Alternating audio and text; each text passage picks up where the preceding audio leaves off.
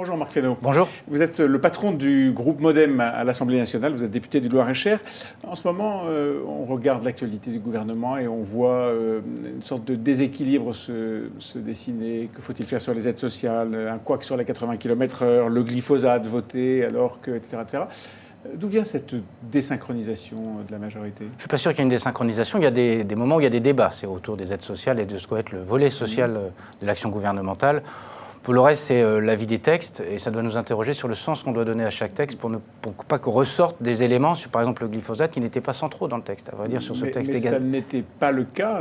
Cette actualité n'existait pas il y a un an. Et pendant l'année qui vient de se dérouler, les choses avaient l'air d'être beaucoup plus synchrones, précisément.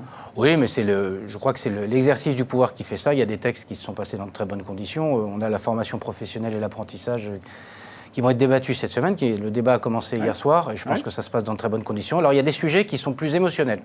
Et en particulier, je pense à l'affaire du glyphosate, il y a des sujets qui, dans l'opinion... Ou la loi asile et immigration. Ou la loi asile et immigration, parce qu'on est sur des sujets pour les uns qui touchent à l'humain, il y a des réalités humaines qui sont complexes, et puis pour les autres, il y a des sujets qui sont d'actualité au sens de l'opinion elle-même. Donc c'est logique que dans un travail parlementaire, il y ait des moments qui soient plus éruptifs que d'autres. Et vous, dans cette ambiance, vous faites entendre votre petite musique, le Modem. François Bayrou n'hésite jamais à dire il faut plus d'humain, plus de social. Oui, depuis le début, on dit qu'il y a deux volets dans le programme présidentiel qui étaient libérés et protégés. On voit bien le volet libéré qu'on a pu se mettre à l'œuvre au moment du budget. Sur le volet social aussi, il y a eu des choses de fait avec la revalorisation d'un certain nombre de minima. Le partage des classes dans les zones difficiles, ce que dit le gouvernement et qui ne convainc pas pour au-delà de le dire, mais après, à nous de faire un travail de conviction pour montrer ce qui a déjà été fait, et puis dans le budget qui s'annonce à l'automne 2019, de redonner des signaux qui permettront d'identifier mieux cette politique sociale. Il faut plus d'aide sociale ? En plus d'aide sociale, non, je ne crois pas. En tout cas, il faut peut-être les réaménager. Je ne sais pas si c'est une question de plus ou moins. En tout cas, il faut que c'est ma question. Il faut des aides. Je crois que c'est ni l'un ni l'autre. En tout cas, c'est pas comme ça qu'il faut aborder les choses. Il y a des aides sociales qui permettent d'être un filet de sécurité pour des gens qui ont des accidents de vie, des accidents de parcours. Et puis par ailleurs, des aides sociales, je pense à la prime d'activité, qui doivent permettre aux gens de se remettre en situation d'emploi. Il ne faut pas que ce soit une trappe pour que les gens n'en sortent plus. Il faut faire en sorte que les aides sociales soient une mesure. Peut-être qu'il faut revoir les dispositifs, mais en tout cas, c'est pas une question de moins et de regard de prisme budgétaire uniquement. Parce que si on est uniquement sur le prisme budgétaire, on est dans le moins mécanique. Et c'est pas le sujet qu'il faut avoir. C'est ce qu'on dit à chaque fois que le gouvernement reçoit ce genre de critique ou ce genre de questions que je viens de vous poser, il répond mais non, mais ça n'est pas un sujet budgétaire.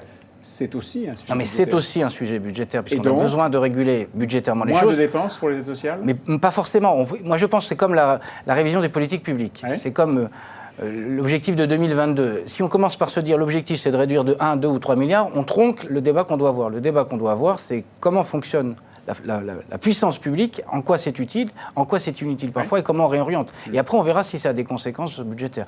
De toute façon, le fait d'être rigoureux dans le budget est une évidence. On voit bien que les taux d'intérêt sont en train de remonter ou vont remonter, qu'on a besoin avec la dette et le déficit. Donc il faut dépenser moins. Oui, il faut dépenser moins et c'est l'objectif qu'il faut qu'on s'astreigne à avoir sur le budget 2019. Y compris sur le budget de l'État ? Y compris sur le budget de l'État. Mais globalement, c'est un effort collectif. Vous savez où il faut dépenser moins ? C'est ça qu'on va regarder dans les mois qui viennent, parce qu'à chaque fois, c'est la même question. C'est-à-dire que tout le monde est d'accord pour dire qu'il faut dépenser moins, et quand on liste les sujets, on voit bien que ce n'est pas aussi simple que ça. C'est sans doute une transformation profonde du fonctionnement de l'État et pas simplement des coups de rabot qu'il faut faire, ce qu'on n'a pas fait d'ailleurs et ce qu'on s'est refusé à faire sur le budget 2018. Et pour l'instant, on n'a pas le programme. Et le gouvernement et le président de la République repoussent en permanence. Mais il faudra le faire en 2019, le gouvernement l'a annoncé pour regarder. C'est une réforme structurelle qu'il faut faire de l'appareil d'État pour faire en sorte que des économies soient au rendez-vous. Si on est simplement sur des coups de rabot, on finit par affaiblir l'État sans le réformer. Le Sénat vient d'adopter la nouvelle mouture de la réforme SNCF, qui n'est pas très différente de celle de l'Assemblée nationale. On va avoir une commission mixte paritaire, l'Assemblée va voter, le Sénat va probablement voter. Tout ça nous amène au bouclage, effectivement, de cette réforme SNCF. Vous voterez, je suppose ? Oui, bien sûr. La commission mixte paritaire a d'ailleurs été conclusive hier. Le Sénat et l'Assemblée nationale sont tombés d'accord, avec des aménagements qui ont été faits au Sénat, notamment autour du statut des salariés actuellement en place. Et la sécurité qui leur est offerte... Le sac à dos social. Le sac à dos social qui a été un peu refait. Et puis il y a un deuxième sujet qui n'avait pas été tranché encore à l'Assemblée nationale, qui est le sujet de la reprise de la dette, puisque l'État s'est engagé à reprendre 35 milliards de dettes, ce qui n'avait pas été fait... Progressivement, ce qui n'avait pas été fait depuis des années, puisque c'était une demande, y compris des syndicats, depuis des années, parce que ça alourdissait... Fin de la grève ? Stop ? Ça, la parole est aux syndicats, si je peux dire. Mais vous pouvez envoyer un message. Mais il me semble que les conditions sont réunies désormais. Les deux assemblées l'ont voté, 79% des députés, 69% des sénateurs ont voté cette loi. C'est une bonne majorité. Ce qui est une majorité largement au-delà de la majorité présidentielle. Donc, et je pense vous voulez que dire c'est un quoi, que la signal. réforme est légitime, qu'elle ne doit plus être discutée par les syndicats? Par nature, elle est légitime. Ça n'empêche pas que les syndicats puissent donner leur avis. Mais il me semble que la réforme est légitime et que désormais, il faut trouver les conditions de sortie de grève. Mais tout ça ne doit pas se faire les uns contre les autres. L'objectif, ce n'est pas une victoire du gouvernement contre les syndicats. L'objectif, c'est qu'on fasse en sorte que la SNCF se remette en ordre de marche. Désormais, elle a un statut qui est nouveau, des perspectives qui sont nouvelles pour les années qui viennent, pour faire face à la concurrence, parce que c'était bien ça l'enjeu de cette réforme. Et je pense que c'est l'intérêt aussi des salariés de cheminots que le travail puisse reprendre, surtout qu'on va arriver dans une période et d'examen et de congé. Oui. On parlait de déséquilibre, désynchronisation ou débat à l'intérieur de la majorité en commençant cet entretien. Est-ce qu'il faut accueillir l'Aquarius, ce bateau qui n'est pas désiré ni par l'Italie ni par Malte, que l'Espagne accepte d'accueillir, mais que la météo empêche, dont la météo empêche la traversée? Est-ce que la Corse, par exemple, qui vient de proposer d'ouvrir ses ports, doit accueillir le bateau et ses passagers? La Corse, c'est la France, donc la question est posée à la France. Mais vous avez en peut-être un point de vue. En tout cas, il y a une question qui est européenne d'abord, je commence à le dire, c'est-à-dire qu'on laisse les Italiens affronter cette question depuis des années et qu'on a eu un égoïsme européen. Et donc il faut qu'on ait absolument une stratégie. Vous voulez dire que vous comprenez que l'Italie ferme ses ports? Non, je comprends que l'Italie soit sur un questionnement qui est le suivant, qui est de dire c'est toujours de notre côté que les réfugiés arrivent. Est-ce que ce n'est encore à notre tour de le faire? Et donc il y a une solidarité européenne qu'il faut avoir au-delà de l'affaire de l'Aquarius, qui est une affaire en fait symbolique de l'égoïsme européen et de la capacité que nous avons à gérer collectivement les flux de migrants. Et donc il faut trouver une solution à la fois pour ce bateau, ici ou ailleurs. On ne peut pas laisser 650 personnes, je crois que c'est le nombre, dériver dans un bateau dans ces conditions-là. Mais en même temps, ça pose une question beaucoup plus globale, qui est la question de quelle est la politique européenne que nous avons aux frontières. Parce que la géographie a passé l'Italie en première ligne des flux de migrants, et depuis des années, c'est l'Italie qui accueille. Et avec le mécanisme de Dublin, une fois que les gens ont mis le pied sur terre en Italie... Le premier endroit où ils mettent leurs empreintes... Où ils sont signalés entrant sur le territoire européen, c'est ce territoire-là qui doit le gérer. Je n'ai toujours pas la réponse à ma question. Est-ce que la France doit accueillir... En tout cas, la France doit faire déjà ce bateau-là ou d'autres. Mais en tout cas, il y a une question qu'il faut qu'on se pose, c'est quelle est la part que nous prenons de cette misère qui arrive sur nos côtes. Précisément, 650 personnes, est-ce qu'elles doivent débarquer en Corse? En Corse, je sais pas si c'est la Corse qui est le sujet. Je vois votre question. Mais il ne faut pas non plus qu'on ouvre une porte, c'est-à-dire qu'il ne faut pas qu'on dise le nouveau chemin, maintenant c'est la Corse. Donc on ne va pas transférer ce qui se passe en Italie en Corse, et donc aux frontières de la France. En tout cas, il faut se poser la question de savoir comment on va gérer ces flux de migrants.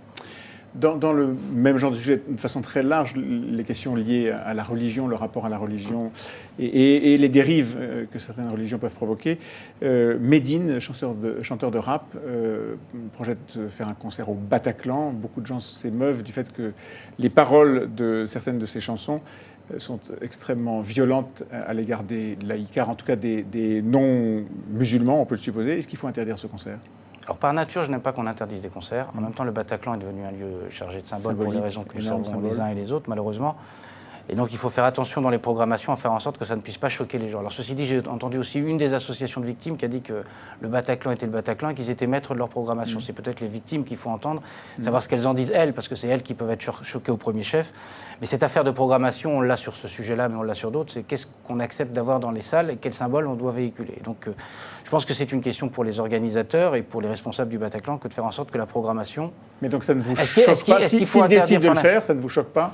C'est la liberté des organisateurs, et moi j'écoute la parole des victimes. Et donc c'est ceux-là qu'il faut entendre d'abord, et pas les responsables politiques qui donnent toujours un avis très savant sur le sujet de programmation, ici sur Bertrand Cantat, c'est pour d'autres raisons. Mais qui donne comment dire, un éclairage sur des sujets. Mais moi je pense que l'éclairage qu'il faut qu'on ait, c'est au-delà de la salle d'ailleurs. Mais la salle est un symbole, c'est pour ça, ça serait au Zénith, je pense qu'on n'aurait pas les mêmes questions, ou à l'Olympia. Donc c'est pas forcément le sujet, c'est le lieu auquel on fait référence. Donc moi, si c'était de nature à troubler l'ordre public ou à faire en sorte que les victimes se sentent offensées, à ce moment-là, il faudrait revenir sur la décision. Mais dès lors que... Moi, j'ai entendu, en tout cas, une partie de la parole des victimes de l'attentat du Bataclan, des attentats du Bataclan, qui disent... Bon. Sur tous ces sujets, on a l'impression que la réflexion politique, en général, et celle du gouvernement et d'Emmanuel Macron en particulier, n'est pas formée.